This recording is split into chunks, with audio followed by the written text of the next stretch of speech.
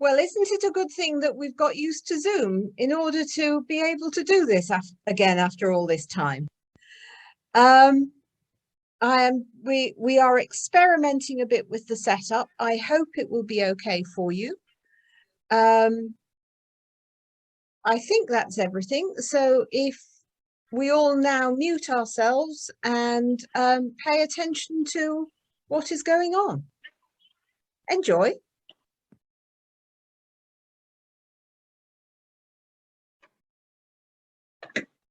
Hello, everybody. As Rachel said, this isn't where we thought we were going to be. However, we are hoping that with this new setup, you'll be able to see how we're doing oils and pastels. Now, this picture which I chose for the piece of work I'm doing these next few weeks is actually a view of the harbour of Stromness in Orkney, which, as you know, is where I've just been. So that's what I'm looking at. Now, I think I asked you all to make a sketch of your source and colour it if you thought it would help you. And that's basically what I've done here. It's the same thing. I've just indicated the shadows, where the shadows are, the distance, the change in colour of the sea as of the water as it comes here, and the tree. And there's a bit, put in some spots of red where I feel they would help the overall picture. Now, what I want you to do is a new technique that I have just read about recently, which should help us to paint more loosely. And that's why I asked you to make a sketch of your picture, because what I'm going to do is to paint it from the sketch, not from the picture. This is following a gentleman I just recently discovered who goes out into the countryside and sketches, and then he comes back to his studio where he's warm and comfy do, and he paints. So he is doing his painting from the memory of the view and from the sketch to act as an aid memoir, which is why it's so much better if you do your own pictures, because you've been there. The other thing I want to do is to think more about atmosphere rather than reproducing what is actually there. And the atmosphere grows out of the color choices you make and the emphasis you put on various parts as you're making these choices. So I think the best thing to do is to begin. Choose a big brush, and for this session at least, and probably for the next one, you work with this big brush for practically everything.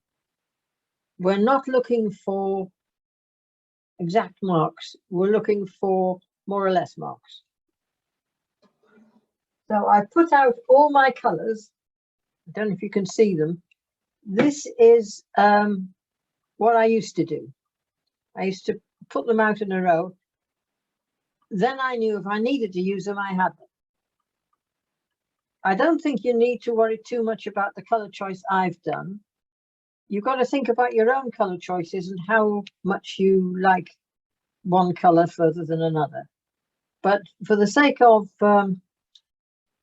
completion, I've got white, lemon yellow, Indian yellow, raw sienna, burnt sienna, orange, red, alizarin, ultramarine violet, ultramarine, cerulean, I think that was alizarin green, and viridian. So that's my color palette, and those are the colors I hope to be using. I'm going to start looking at the picture. We've got all the weight of the picture over this side, so I need something over here to balance that weight, and I think the way forward is probably with a cloud. So if I take some terps, and blue, because that's a good color to start with. That's ultramarine blue. Add a touch of alizarin, which gives us a deep purple. I don't want it to be too deep a purple. How deep is that purple? That's not bad. They will do all right for the time being. So I'm going to put in just sort of vague cloud shapes on over here to add the weight that I want. Perhaps bringing it down further, not making it very dark. I'm just bringing it down here so that it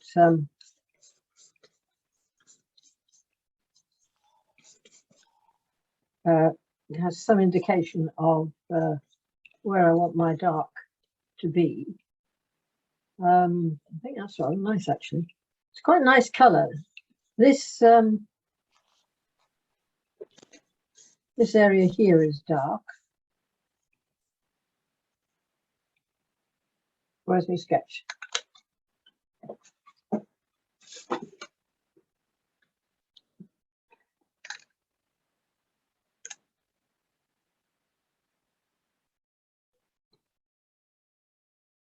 Right, that's dark there.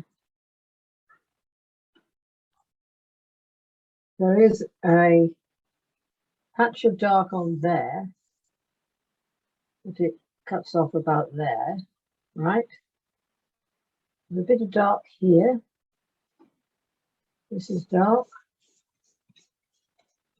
And there is on here a diagonal line of dark where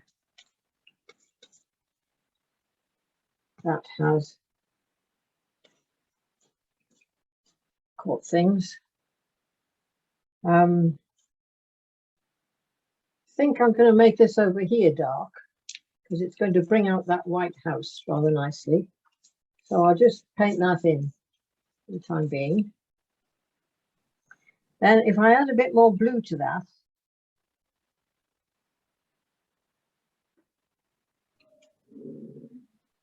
I think that's going to be too fierce, actually. Yeah, that's a bit fierce. Well, there's no harm in putting white in it, is there? That's more like. I'm just going to put in. Your head is too close to the phone, ma'am. You have to sit back a bit. There, that's better. Right, there we are.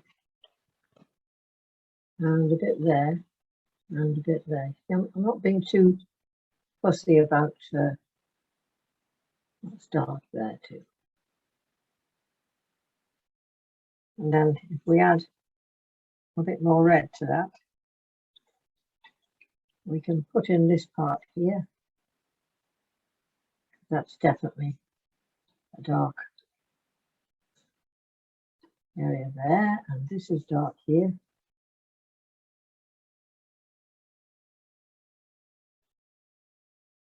There's something up there. Nice, a bit of dark there. A bit of dark there.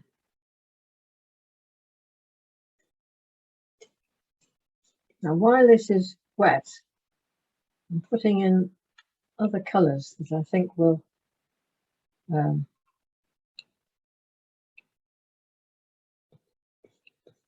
add a bit of drama to what I'm doing. This corner will be very dark, so let's make it so.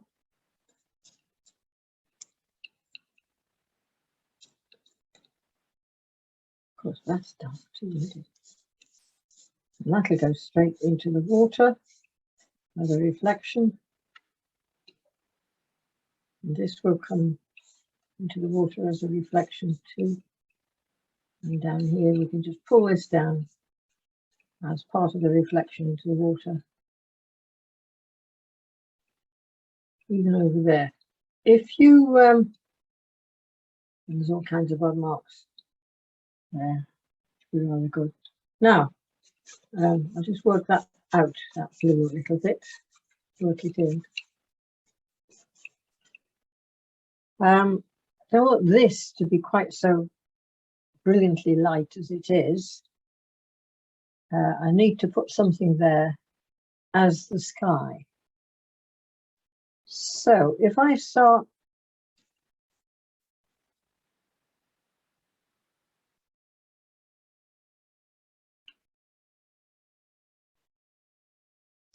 if I take that out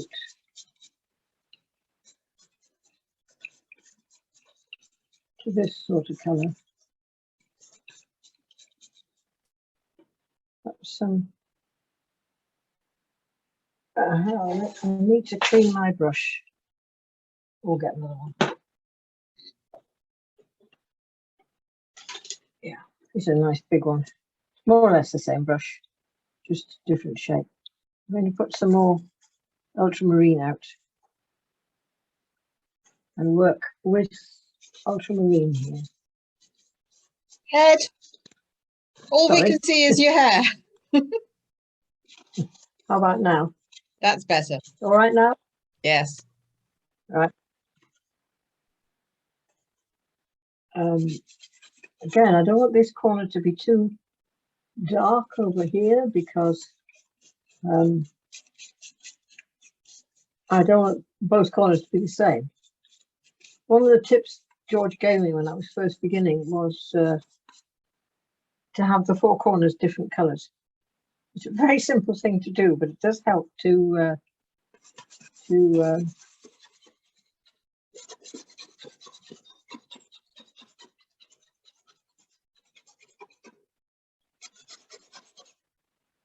now I'm going to add a touch of cerulean to that to green it off a bit.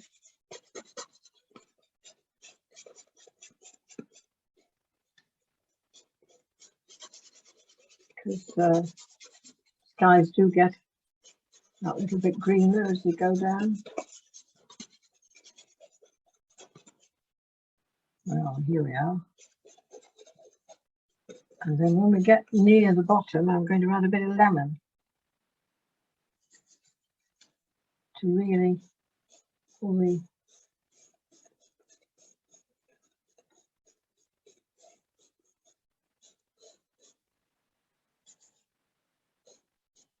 touch of lemon. This is very, very thin. It's gone a bit too lemon, that.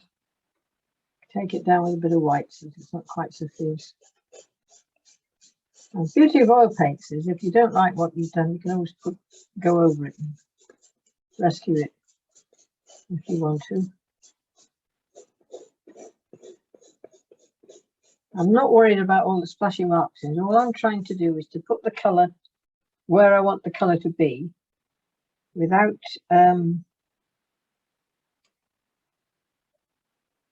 fear or favour, so to speak.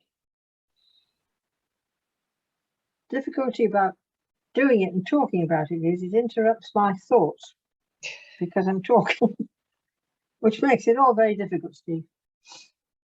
Right. Put a bit more white in that. Sparkly.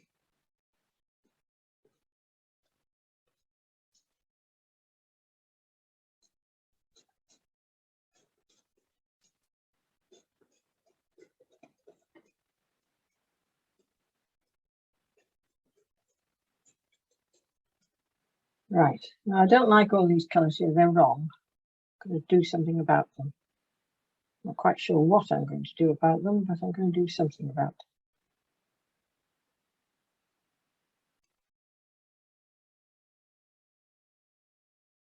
And make it more of a grey.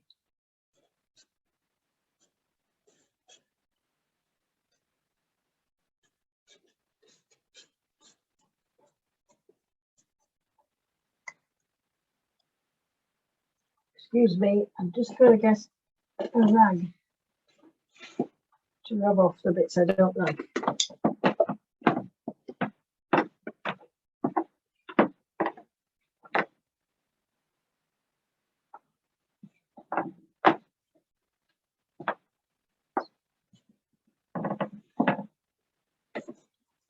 what you're seeing is the sort of process that I go through when I'm painting by myself in the studio and there's nobody here. And I find sometimes what I've done is irritating me. And the thing to do is to just take it out.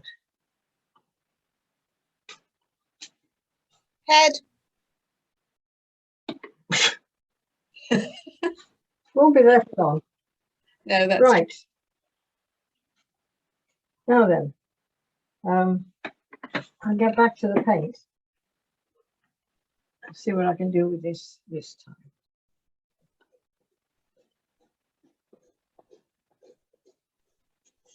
That's a better colour altogether.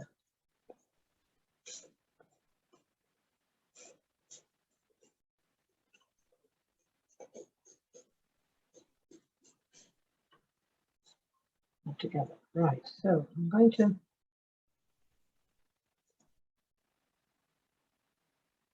add different colours to the mix while I'm going about it. This is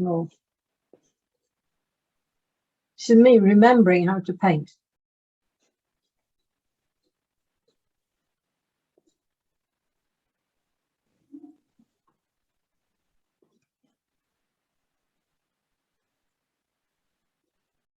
Just want the wall to be more interesting than it is. Now, if I add a bit more blue to that, make it darker, this will be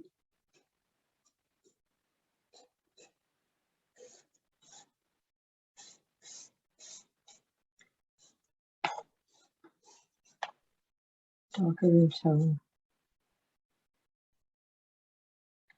This needs to be darker in tone because it's a deep shadow, this.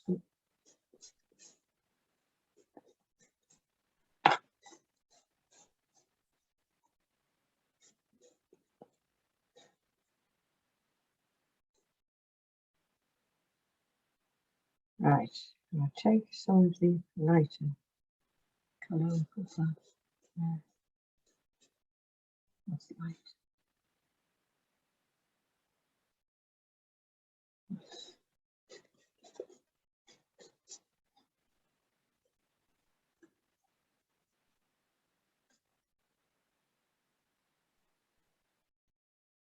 Bit of yellow ochre in it.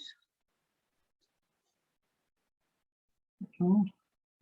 When the brush is charged with paint, you sometimes have to put in quite a lot of colour if you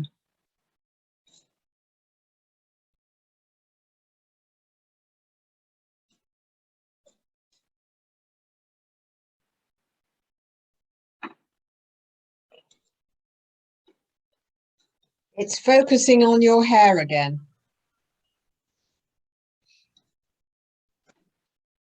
Better. right. I've gone quiet because I'm thinking so hard. I'm not able to talk to you at the same time. Sorry, folks.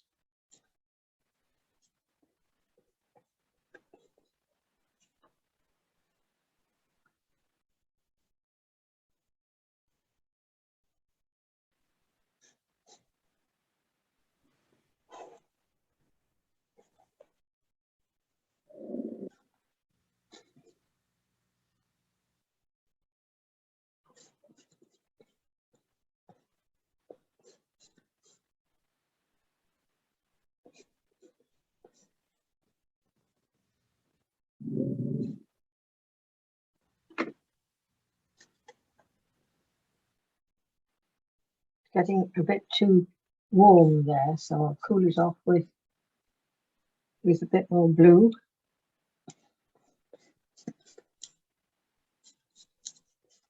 Take it down.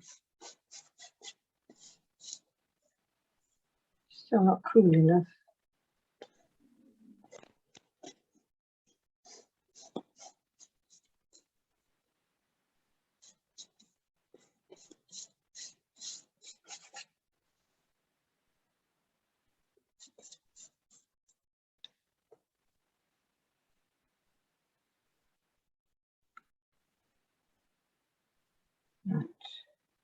This needs a bit more light in it.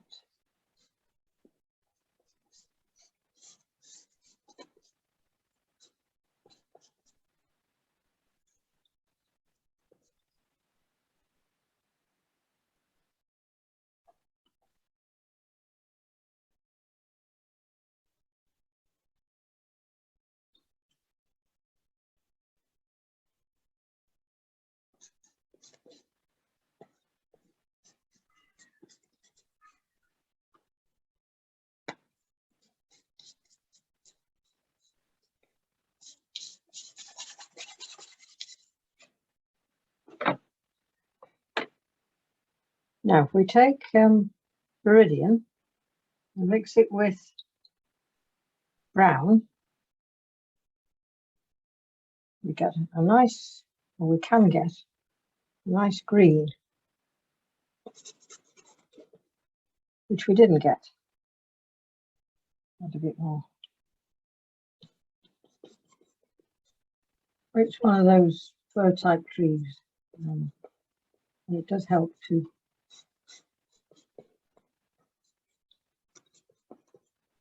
it's got a bit of shape around here.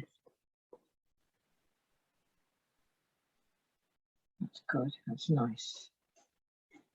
Now, where else can I put that colour? Well, I can put it on the wall because seaweed and stuff you get.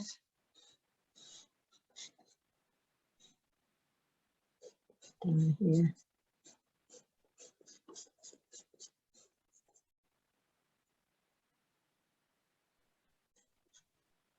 Right, now.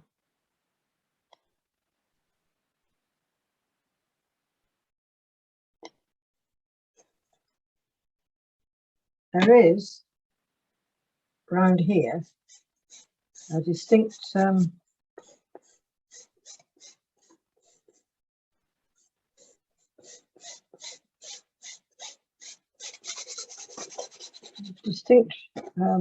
greeny cast to the water down here.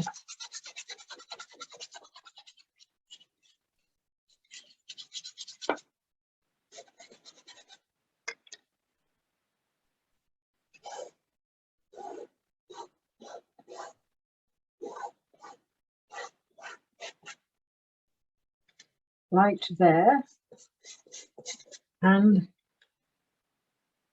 here.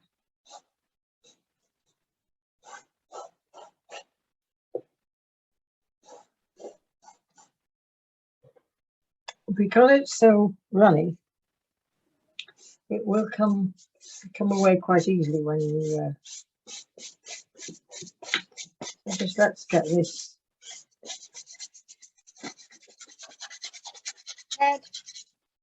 Sorry, just covering things in a bit, which I think is working all right. And then when you come over here, you'll get the more bluey colours. So we start with a greeny blue. I'm going to add a bit of cerulean to the mix, which will give me more of that sort of colour. Give it a bit more oomph. 10 minutes. Golly, I don't like this. Doesn't time fly when you're having fun? Yeah.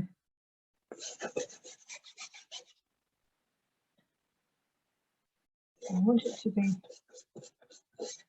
brighter if I can manage it.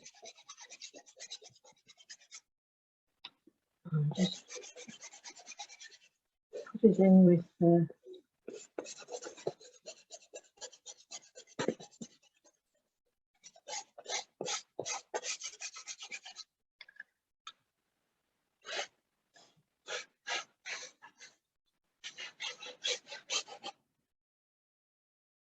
I just wanted to cover the paper actually, if I can manage it.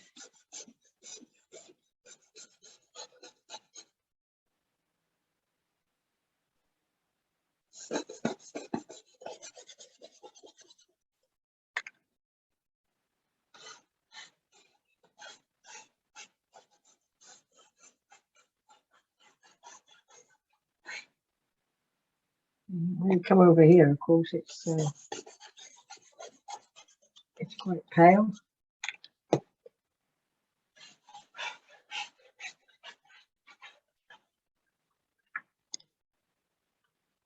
And if I make it even more pale by adding a bit of white, I can just Ed, this is white in shadow, so it's not going to be white.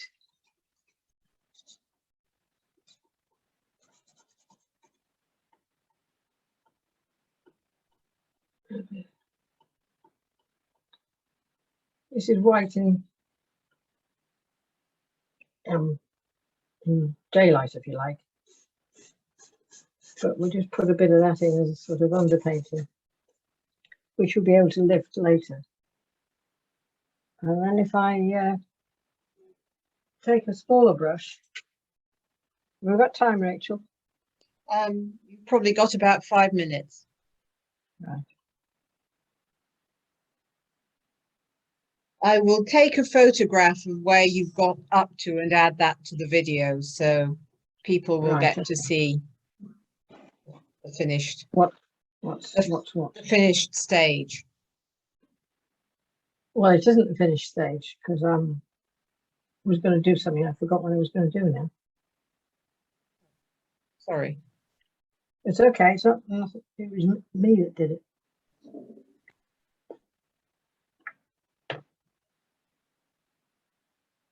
Head, we can't see your brush. That's better.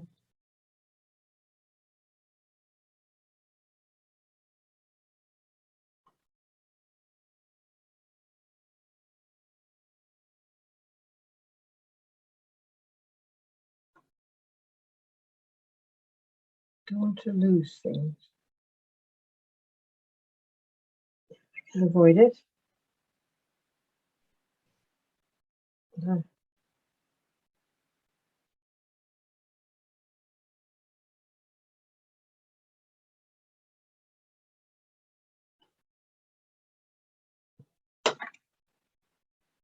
Yeah.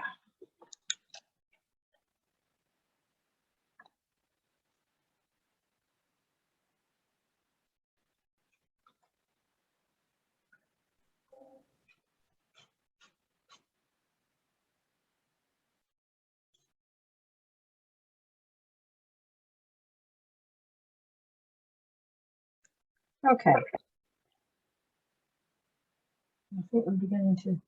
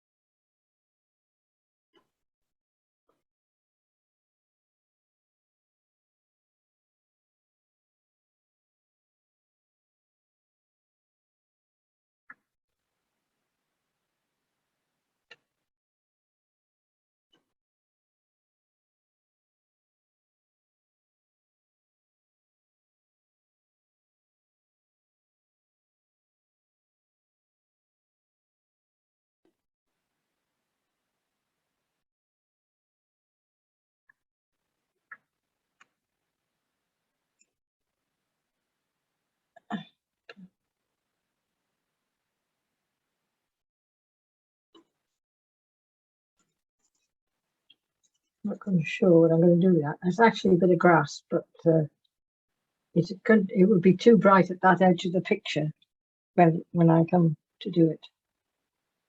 And there's I don't want to miss the.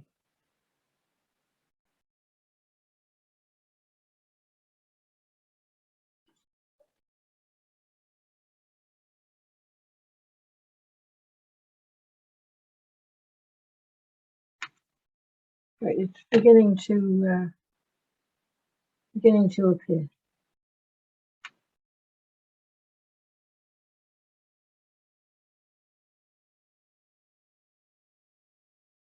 Beginning to appear slowly.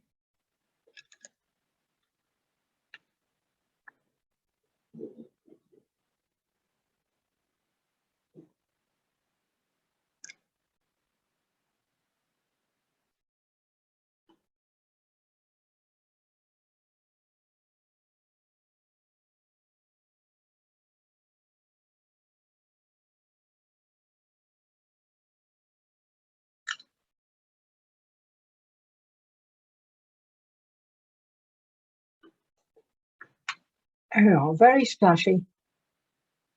I might find when I stand back and look at it, quite difficult from this close, that I would in fact translate that colour over there, because I think it might echo it quite nicely, or I might cover that up and make it a little bit less grey.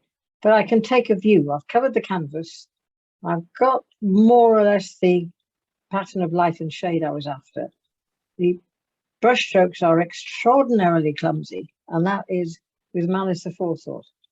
If I started to be pernickety at this stage, I'm going to be far too detailed by the time I come to the end. So you need to give yourself a chance to refine. And I've actually exaggerated how clumsily to paint, because I wanted to get the point across that that's how you start. You start by being very imprecise and not worrying too much about what you're producing, so that you've got something to play with to make into the atmospheric picture that you finally want. There we are. Good luck. Have a try. Try to do without looking at your photograph at all, so that when you come to do your painting, it's working from your memory of the photograph and the sketch that you've done. And good luck.